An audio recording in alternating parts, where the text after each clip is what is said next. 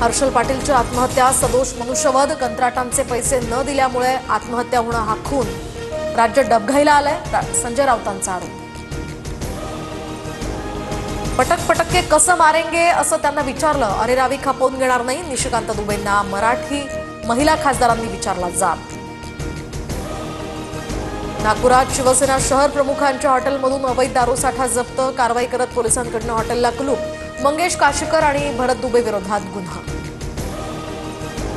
पुण्यातील दौंड गोळीबार प्रकरणी राष्ट्रवादीचे आमदार अडचणीत, तर शंकर मांडेकरांचा भाऊ बाळासाहेब मांडेकरांसह इतर आरोपी ताब्यात।